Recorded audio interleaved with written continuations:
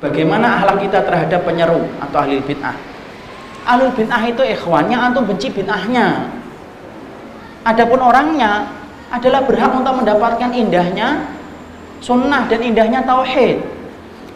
Jangan antum benci semuanya. Kalau antum benci semuanya, siapa yang akan menjadi pintu kebaikan untuk mereka?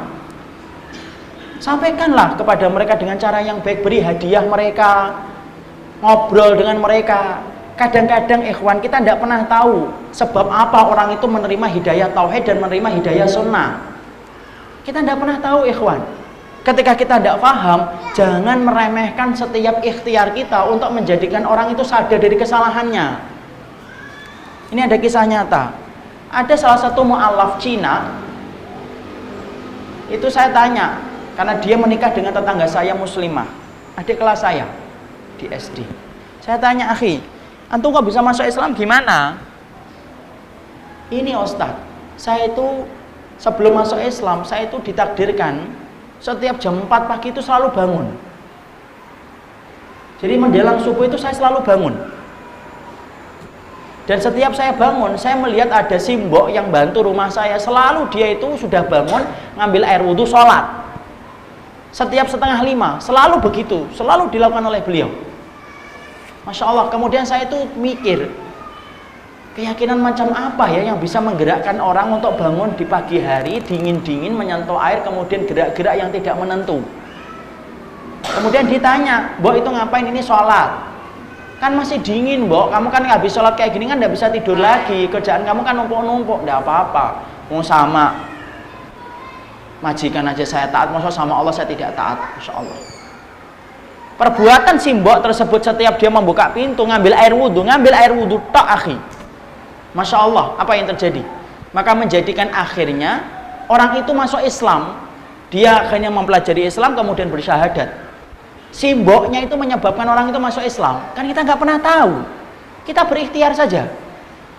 Tunjukkan akhlak yang baik. Sebagaimana ada seorang lelaki Yahudi, rumahnya diambil sama Amr bin As. Kemudian dia datang kepada Umar bin Khattab, kan? Hanya ditunjukkan tulang. Kemudian Umar bin Khattab menggaris-garis yang lurus. Kemudian diberikan kepada Yahudi itu. Ini kasih kepada Amr bin As. Yahudi itu mikir, Masya Allah, saya datang dari Mesir ke Madinah cuma dapat tulang. Pulang ke Mesir ditunjukkan kepada Amr bin As, gemeter, jatuh. Kemudian akhirnya masuk Islam Yahudi itu. Ketika dia bertanya, kenapa kamu dengan tulang kamu sadar kesalahanmu? Karena tulang itu mengingatkan kepada saya bahwasanya manusia nanti akan menjadi tulang belulang. Dan Umar ketika menggaris tulang itu untuk mengingatkan saya, kalau saya tidak bisa lurus, maka Umar bin Khattab akan meluruskan saya dengan pedangnya. Akhlak. Pernah nggak saya sampaikan tentang kisah, yaitu adalah Hasan al-Basri, rumahnya tertetesi dengan air najis tetangganya. 11 tahun sabar, Pak. Tapi kemudian akhirnya apa? Yahudi yang bertetangga dengan dirinya, karena Yahudi itu tidak memerangi Islam, tidak memusuhi Islam, dia menjadi kafir yang kemudian dhimmi, yang membayar pajak kepada Islam, tidak boleh diperangi karena kafir dhimmi itu pada saat khilafah Islamiyah berdiri. Maka kemudian sabarnya 11 tahun menjadikan Yahudi itu langsung masuk Islam. Kenapa? Lah wong rumahnya Hasan al-Basri tertetesi dengan najis 11 tahun, Mbak. Masya Allah, kita bisa bayangkan akhlaknya orang salaf itu kayak apa. Kita tertetesi dengan najis baru 1 jam, mungkin kepala kita sudah berasap. Ini sampai 11 tahun. Bahkan cerita yang sering saya sampaikan kan cerita Malik bin Dinar, kan? Memberikan apa? Taubat. Maling aja taubat gara-gara ketemu dengan Malik bin Dinar. Padahal Malik bin Dinar tidak menyampaikan apa-apa. Maling, kan? Sudah pernah saya sampaikan di kajian itu. Ada maling masuk ke rumahnya Malik bin Dinar. Malik bin Dinar sholat malam. Disegerakan sholat malamnya gara-gara maling. Kalau bapak menyegerakan sholat malam itu apa? Karena pengen tidur lagi. Ini menyegerakan sholat malamnya gara-gara ada maling masuk ke rumahnya. Salam, dia mendapati malingnya keluar lewat jendela. Malik bin Dinar ngomong, mau kemana? Mau pergi lah. Gak dapat apa-apa, kan? Gak dapat. Sini masuk.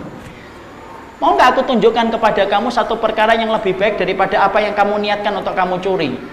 Malingnya masuk, Pak. Lalu kemudian apa ini? Air, wudhu. Suruh wudhu, Pak. Maling suruh wudhu.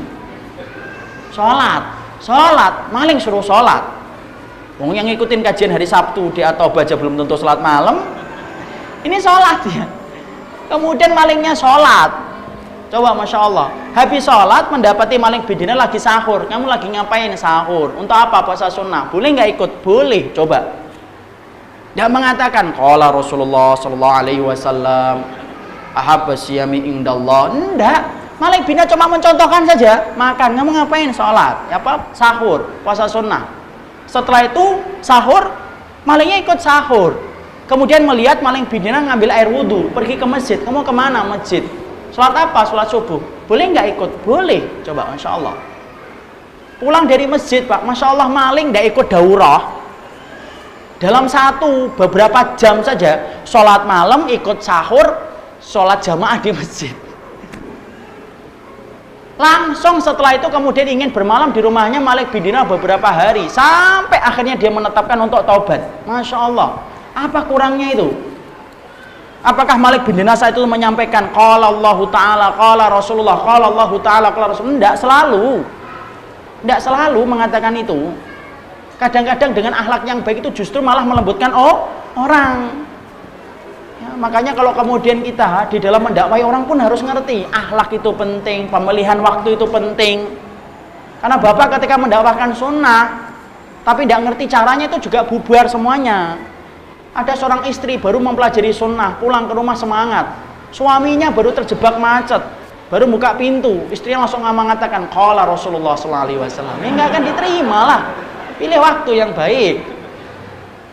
Makanya sampai mengamalkan sunnah itu Masya Allah, menyampaikan ilmu saja ada akhlaknya Pak. Akhlaknya apa? Menyampaikan ilmu itu jangan lama-lama.